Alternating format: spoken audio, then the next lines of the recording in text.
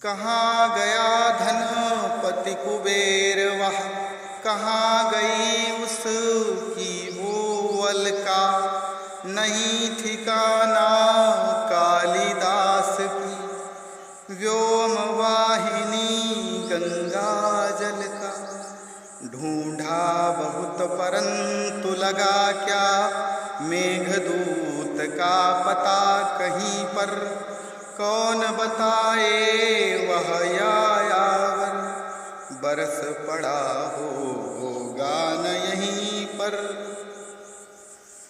बादल को घिरते देखा है, बादल को घिरते देखा है। जी हाँ, ये पंक्तियाँ हैं बाबा नागार्जुन की, वैद्यनाथ मिश्र नागार्जुन। आज हम बात करेंगे छायावादोत्तर युग की, छायावादोत्तर काल की। छायावादी युग के बाद छायावादोत्तर काल, जिसे गद्य की भाषा में कहूँ तो शुक्लोत्तर काल, शुक्लोत्तर युग। हिंदी गद्य का यह छायावादोत्तर युग 3 भागों में बटा हुआ है: प्रगतिवादी काव्यधारा, प्रयोगवादी काव्यधारा और नई कविता काल। प्रगतिवादी काव्यधारा 1938 से 1943 ईस्वी तक के समय को माना जाता है, या काल को प्रगतिवादी काल कहा जाता है। इस काल को प्रगतिवादी काल इसलिए कहा जाता है, जिसे राजनीति के क्षेत्र में कहूँ तो मार्क्सवादी विचारधारा, साम्यवादी विचारधारा कहा जाता था, उसे ही प्रगतिवादी काव्यधारा कहा जाता था। इसमें काव्य की रचना, काव्य कला अपने ऐसे प्रगति क्षेत्र पर थी जिसमें जो जन जन के लिए एक अपनी बात को भी प्रस्तुत करने का माध्यम कविताएं हो गई थी। कवियों की जैसे बाढ़ आ गई थी। श्रेष्ठ कवि, राष्ट्र कवि की उपाधि से अलंकृत रामधारी सिंह दिनकर इसी काव्यधारा की विशेष पहचान है।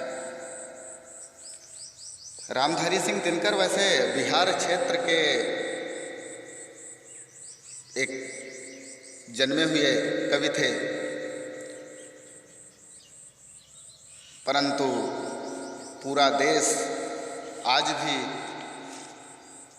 पूरा विश्व आज भी उनके काव्य वैभव को बड़े प्रेम से पढ़ता है। रश्मिरथी काव्य का तो लोग पाठ तक करते हैं। चल रहा महाभारत का रण, जल रहा धरित्री का सुहाग, फट कुरुक्षेत्र में खेल रही नरके भीतर की कुटिलाग। उर्वशी, पुरुरवा, हुंकार, रेणुका, परशुराम की प्रतीक्षा जैसी प्रसिद्ध रचनाएं रामधारी सिंह दिनकर की पहचान है। कक्षा 5 में जब बच्चे पढ़ते हैं, सच है विपत्ति जब आती है, कायर को ही दहलाती है, सूरमा नहीं विचलित होते, क्षण एक नहीं धीरज होते। ये रश्मिरथी की ही पंक्तियाँ हैं जो जन जन के हृदय में भाती हैं। उन्होंने उनका अर्धनारीश्वर निबंध संग्रह है, जिसमें कक्षा 10 के बच्चे उसी निबंध संग्रह से एक निबंध पढ़ते हैं, ईर्ष्या तू न गई मेरे मन से।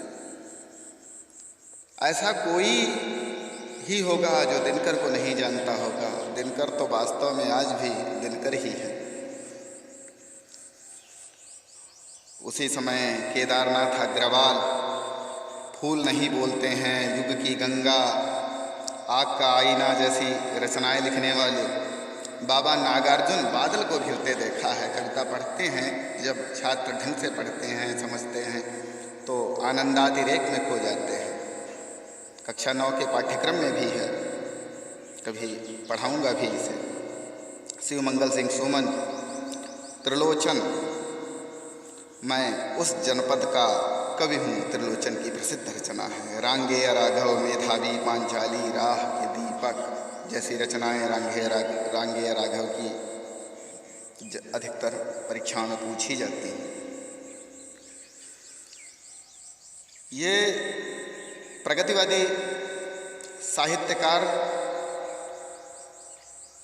की दृष्टि जो थी वो व्यक्ति, परिवार, स्वदेश तक सीमित न होकर संपूर्ण विश्व तक व्याप्त है, क्योंकि इन कवियों ने, इस काल के कवियों ने विश्व बंधुत्व की भावना की कल्पना की है। उनका स्वर मानवतावादी रहा। प्रगतिवादी साहित्य भावना और कल्पना की बारीकी की जगह बौद्धिकता और सामाजिक व्यंग्य दिखाई देता है। ये इस काल की मुख्य प्रवृत्ति है।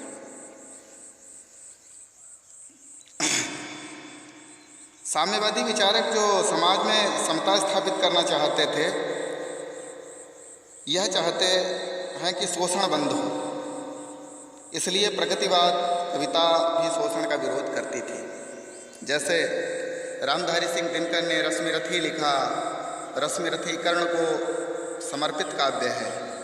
कर्ण जो कौन्तेय कुंती नंदन है, लेकिन सूतपुत्र के नाम से समाज में जाने जाते हैं। संस्कृत में सूत का अर्थ होता है सारथी, सारथेय, राधेय के नाम से जाने जाते रहे। और उनके बलिदान, उनके त्याग को सामने रख करके मानो अर्वाचीन समाज को, आधुनिक समाज को एक नई दिशा देने का कार्य दिनकर करना चाहते थे। तो इसके बाद में हम अगले भाग में प्रयोगवादी काव्यधारा के बारे में थोड़ी सी समीक्षा करेंगे और नई कविता काल की भी समीक्षा करेंगे। आज के लिए इतना ही। और आप लोगों के लिए होमवर्क है, गृह कार्य है कि प्रगतिवादी काव्यधारा के कवियों की, जिन कवियों का नाम मैंने लिया, उन कवियों की रचनाएं आपको इकट्ठी करनी है, लिखनी है और उनकी विधाएं भी लिखनी है। विधा का मतलब होता है कि एक तरीका, जैसे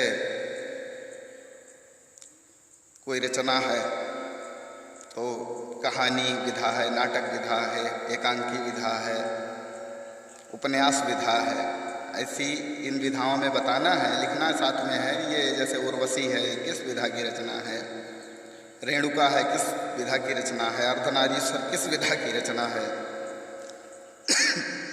पुरुरवा किस विधा की रचना है। जयतु भारतम।